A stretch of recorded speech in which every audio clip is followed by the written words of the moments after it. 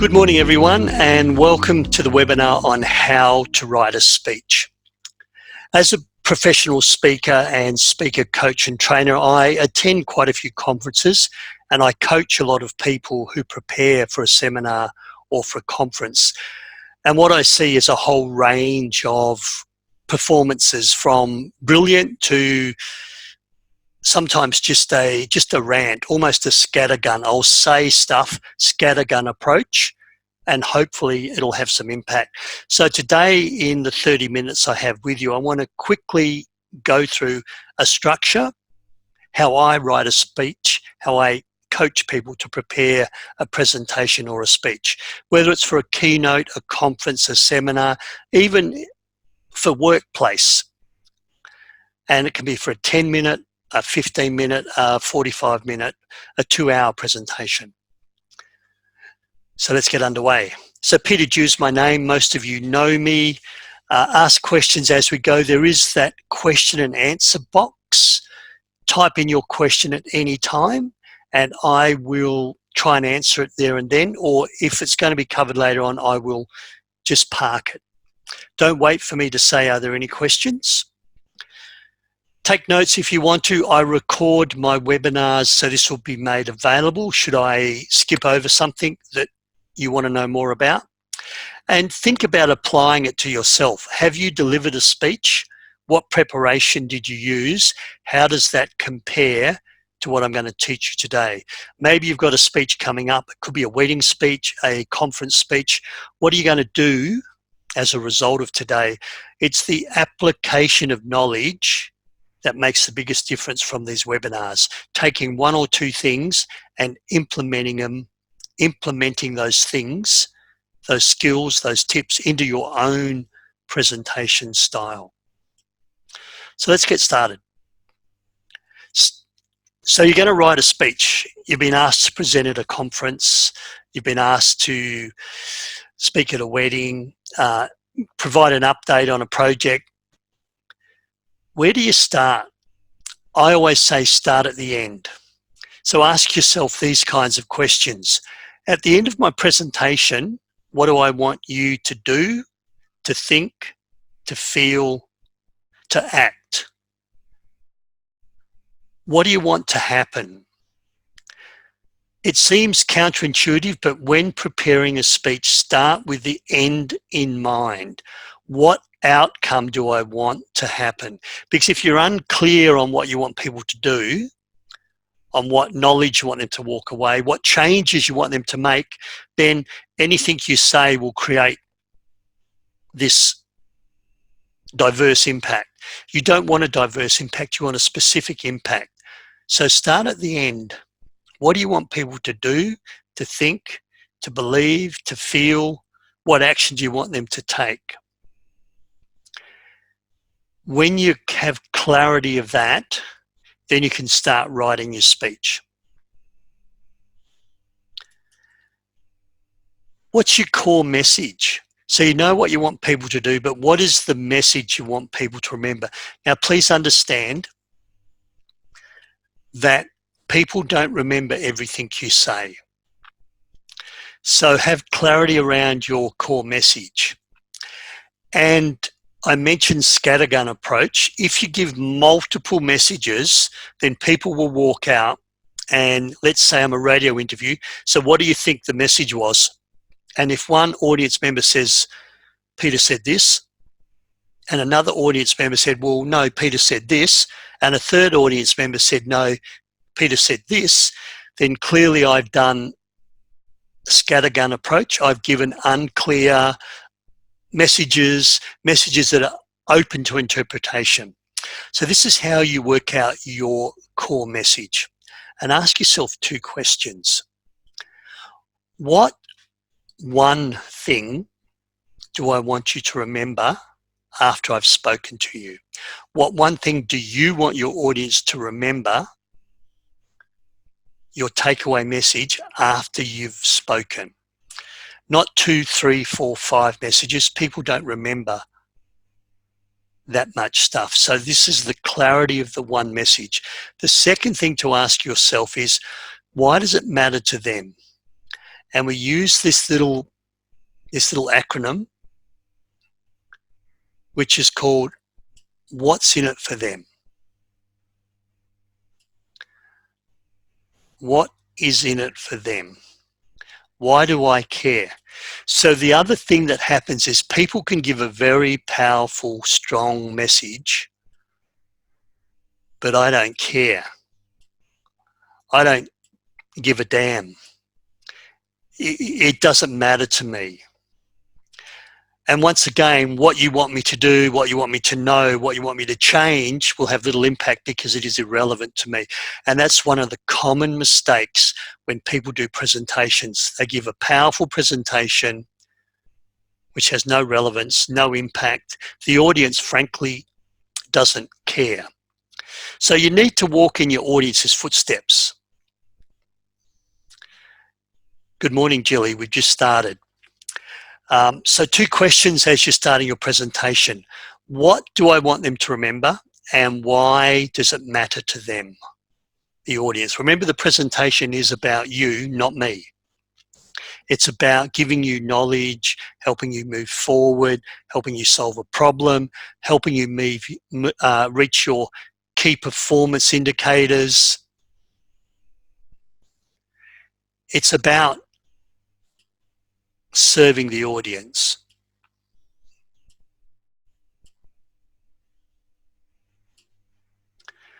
What's your core message? Now that you know what your core message is, you can start with the traditional speech structure. Begin with your opening. There's a behavioral, a organizational psychology rule called the rule of primacy. That means first words I say are important in a presentation. Another way of thinking about it is start strong or grab their attention up front. So what are you going to say at your next presentation that creates relevance for me as an audience member, that lets me know I'm in the right room, that you're going to give me some solutions, some issues, some ideas that'll help me with my issues, with my problems. So the first words are important. It's called the rule of primacy. The first 30 seconds matter. So start strong, have an attention grabber. How can you do that? Some amazing statistics. Now, I don't want to cause any concern or offend anyone, so I do apologise if some of the statistics that I give you may cause you concern. But on average, an Australian woman loses their life at the hands of their partners every week. In fact, it's more than every week. It's more frequently than every week. Good morning, everyone. I want to talk to you today about family violence. 15,000 West Australians over the age of 65, so this is our grandparents, our aunties, our uncles, are experiencing elder abuse. What statistic are you going to use that grabs your audience's attention, sets the scene for you now stepping into talking about elder abuse, around family violence, around financial literacy among school children, around prevention of bushfires, bushfire safety, around primary health to prevent heart disease? What are you going to start that lets me know and want to listen? Here's a mistake that many people make, and that is they start with housekeeping. Good morning, everyone. My name's Peter Dew. Can I get you to turn your mobile phones off? We're going to have morning tea at 10:30. Remember, the rule of primacy says that people will remember the first 30 seconds that you say. So I've spoken about turning your mobile phones off. I've spoken about where the toilets are. I've wished you good morning, very polite, nice of me. I've mentioned when morning tea is. All of this you're going to remember. What value according to the rule of primacy, you're going to remember that first 30 seconds. What value have I just given you? The answer is no value whatsoever. So start with a statistic. I also start with a quote. Mark Twain said there's two kinds of speakers in this universe: those that are nervous and those that are bloody liars. Welcome to the workshop on overcoming your fear of public speaking. And I love Mark Twain's quote. What he's saying is everyone has fear or nerves around public speaking.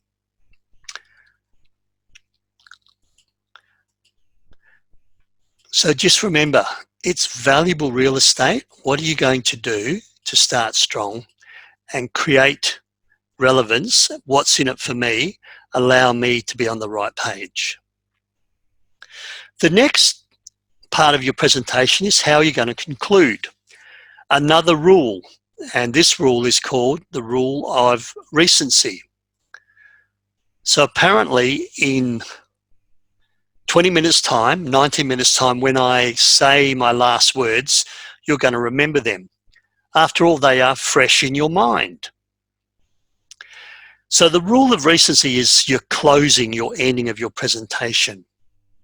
And it comes from that the most recent words will stick. So do have a memorable ending.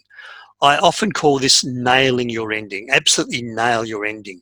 Have a summary, a call to action, leave them with a question, a challenge, the key points. As with the rule of primacy, the first words, don't end with your thanks, your housekeeping. It's been a lovely day. I've really enjoyed my time with you. These are what I call soft landings.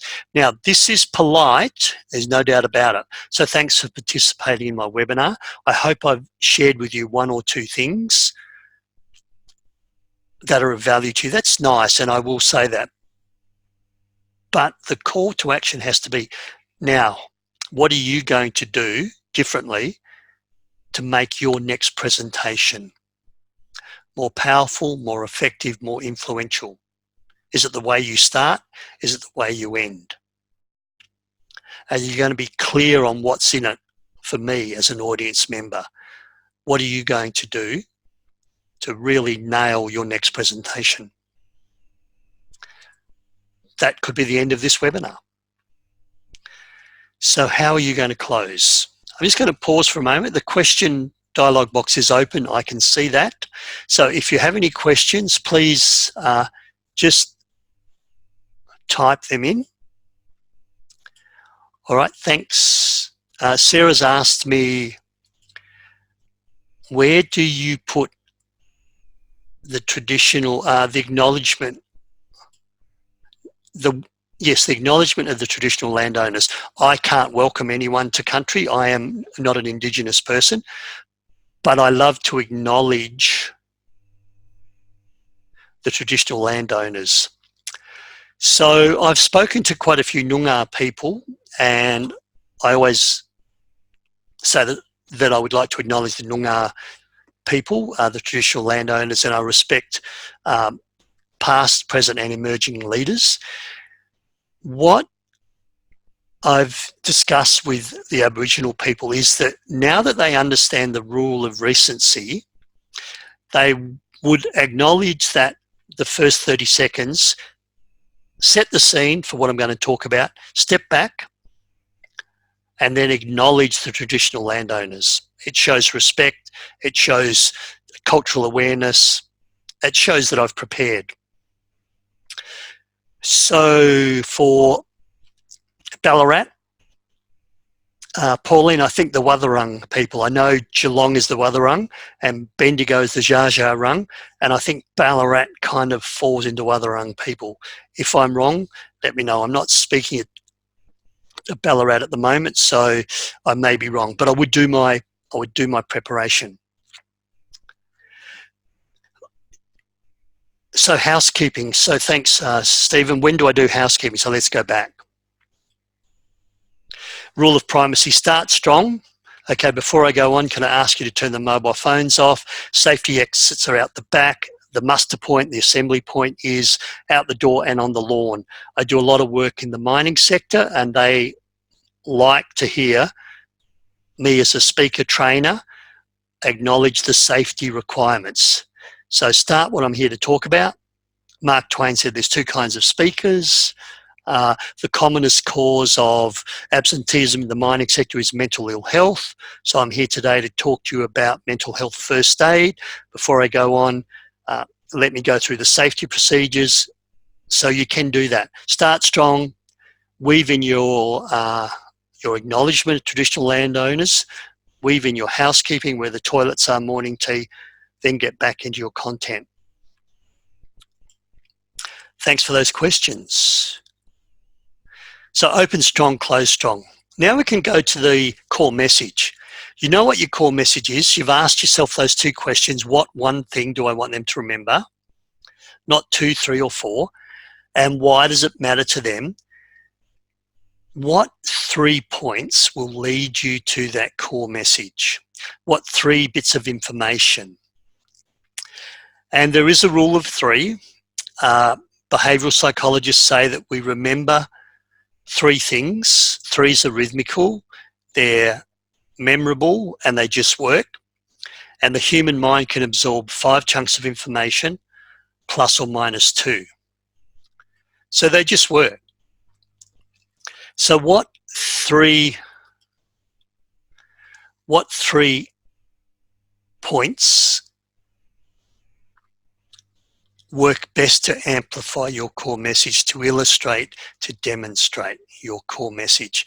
If you've got 5 points, what I do is I do point 1A, point 1B, point 2A, point 2B, and point 3.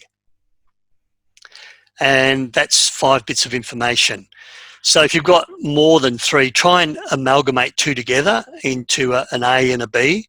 So what is a bigger overarching point? And then break it down into subpoints. 3 is the magic number. If you do have a 4th point, I really don't mind if you have a 4 points. It's just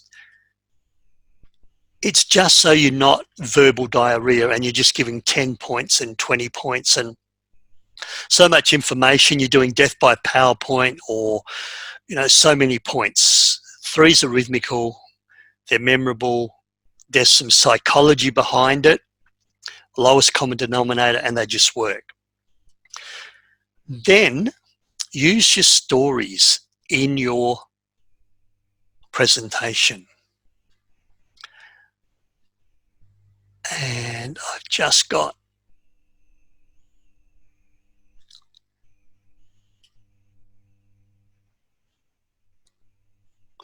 a message. What icebreakers do you suggest? I wrote a blog about icebreakers on my website, to do an icebreaker or not. So I would do an icebreaker only if it relates and links directly to your core message. I've seen icebreakers where they play life experience bingo. So you have a sheet of paper, find someone who's been to Paris, find someone who speaks a second language, find someone who's climbed the Eiffel Tower, and then the first one that has signed off all boxes goes bingo, and that's the end of the icebreaker. All right, now let's talk about elder abuse. The icebreaker needs to link, set the scene, tie in with your core message. Can you start with an icebreaker? Yes, you can, if it creates relevance, grabs attention, and let me know, and lets me as an audience member know that I'm in the right room for my problem. So one of the icebreakers I do is I get people to put up their hands if they have a fear of public speaking in my workshop. Who's got a fear of public speaking? 80% of people will put their hands up. Then I have a second question. Who in the room would find it worthwhile in their workplace, be able to do a better job if they were more influential as a public speaker. I put their hand, most people, a few more people put their hands up. The third one is, who is not comfortable in front of 200, 500, 1,000 people? Then a few more people put up their hands. And I may have even a fourth question, but what I want to see is everyone in their room puts their hand up. And then I can say to them, well, you're in the right room, because this workshop is about how to control nerves, how to be more effective, how to be more influential, how to nail your next presentation. Welcome to the public speaking workshop. So, Pauline, it's Jilly, can I email you? Can you remind me to email you a link to the blog on use of icebreakers? Icebreakers can be really good. I've seen some fantastic icebreakers. There's the one with blue eyes and brown eyes, and I think one of the eyes, the blue eyes, become discriminated against. And this is a really powerful, it's on TV, and this lady is, I think, an American psychologist. And then the brown eyes treat the blue eyes discriminatorily, in a discriminatory way during the whole workshop. And then they debrief it. How does it feel? And then they get into what its discrimination's like, how we can indirectly discriminate against people, our prejudices. It is a very powerful icebreaker. So thank you for that. Now, so stories. 10 minutes to go, need to move quick. Tell your stories. Why do you tell stories? People don't remember what you've told them, facts, data, statistics, numbers. They remember how you make them feel. So your stories relay an emotional experience. So this can be your case studies when you've worked with someone, the examples, the anecdotes, the experiences you've had, some quotations, Winston Churchill,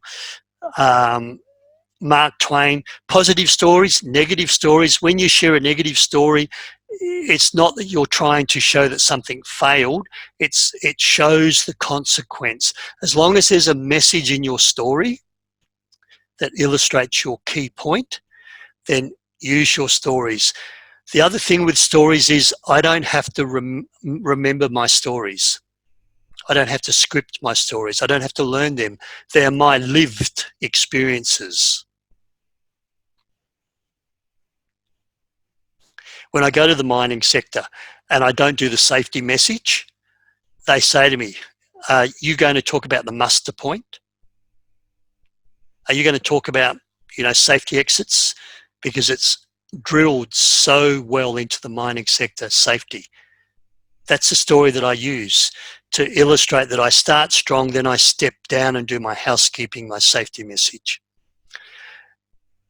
So the negative story is when I forgot and I got dragged across the coals. It's not that there's a negative message in it.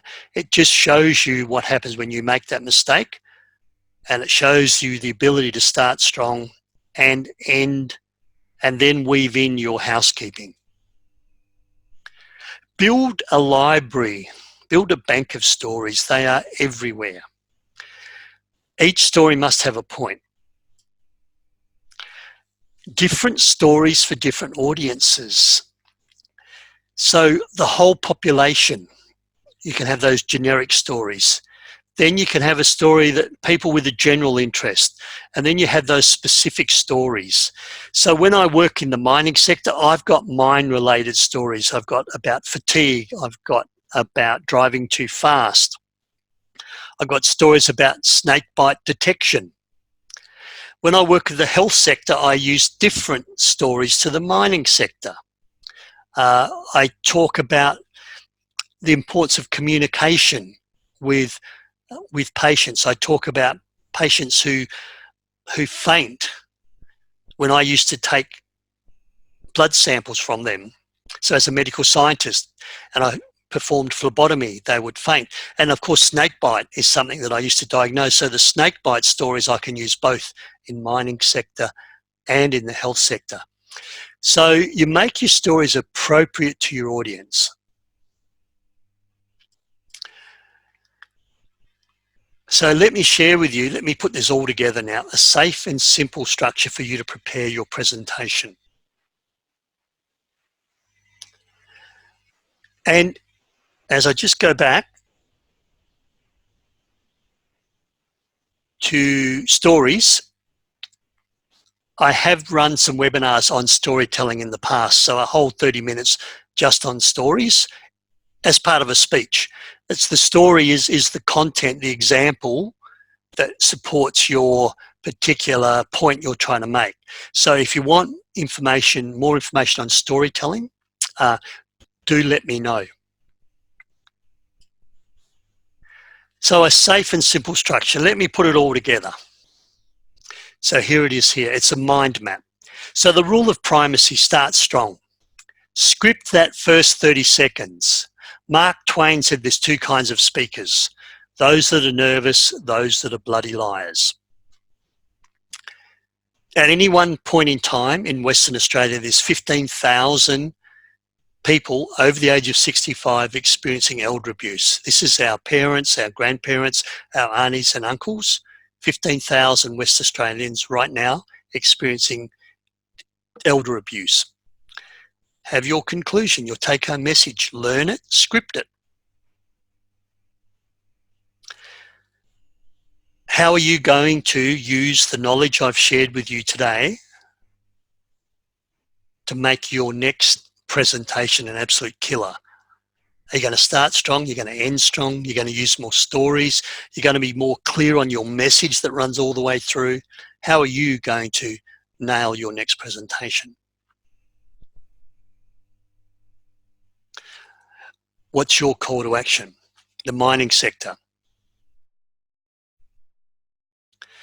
So what are you going to do from today's presentation to make your workplace safe and secure so no one suffers workplace injuries? What are you going to do back in your workplace to make sure this new health and safety policy is fully implemented? 3 points, it's the rule of 3. So if we're talking about health and safety, we might talk about fatigue, we might talk about the importance of reporting the safety, and we might talk about the importance of ongoing safety training. So fatigue, maybe one of the biggest issues that BHP is facing. We need to report it, so don't brush it over, don't put it under the carpet, don't have a micro sleep and realise you just escaped a potential accident and not report it. So reporting, there's no consequences, we just need to report it because we can take action and make policies around that we know, and we need to increase our training. That could be your 3 points.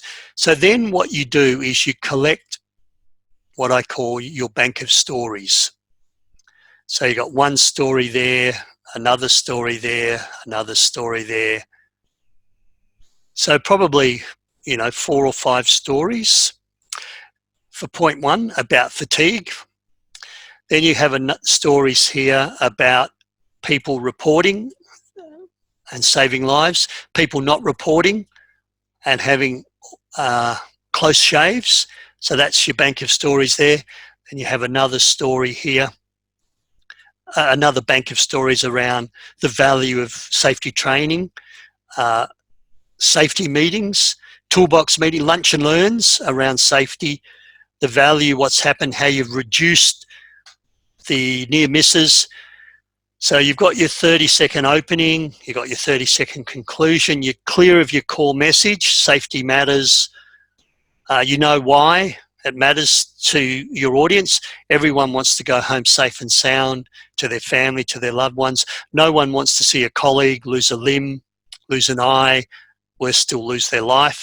So that's why safety matters to you. That's what's in it for you as a mine site worker. Start strong, end strong. Which 3 points are we going to use today to highlight my core message, and what stories am I going to use to support? Now, let's say this is a 60-minute speech. And maybe the speaker before you goes into your time and you need to drop it to 45 minutes. All you do is you get rid of 1 or 2 stories per point. Yep, 1 or 2 stories gone.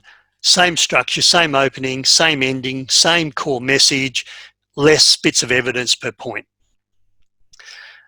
Speaker before you doesn't turn up and they now want you to speak for 90 minutes. Chuck in an extra story. Same opening, same conclusion, same opening, same core message, just more evidence per point. So that's how you have a mind map structure that enables you to prepare a presentation. And remember, most of the content is your stories. So you don't have to learn it. You don't have to write it down. You're going to share your stories. So that's a fail-safe structure model for preparing and writing a speech. Workshops, just a soft sell. Got some workshops in Perth, workshops in Darwin in March. I'm going to be in Bendigo in June. I'm going to be in Mildura in May and August. You can find those on my websites. Next webinar, I've just preempted how to use storytelling when public speaking. So I spoke about the importance of story in the structure. This is the storytelling component. How to build confidence and appear calm. So now you're doing a presentation and things go pear-shaped, or it's an important audience, it's a big audience. How do you stay calm? Core message. So a little bit more about how do you get that message clear, clarity of purpose. So these next 3 webinars add on to the speech writing webinar that I've just shared with you. You know how to reach me. My website, email. Let me know if you need any more information, any links to starting that blog on starting with icebreakers. So remember, speech structure, start strong, first 30 seconds matters, end strong, last 30 seconds matters. This is valuable real estate. Clarity of purpose. What do I want them to remember? Why does it matter to them? And use your stories to support your 3 or no more than 4 key points. Thanks everyone. I'll end the webinar there. Bye for now.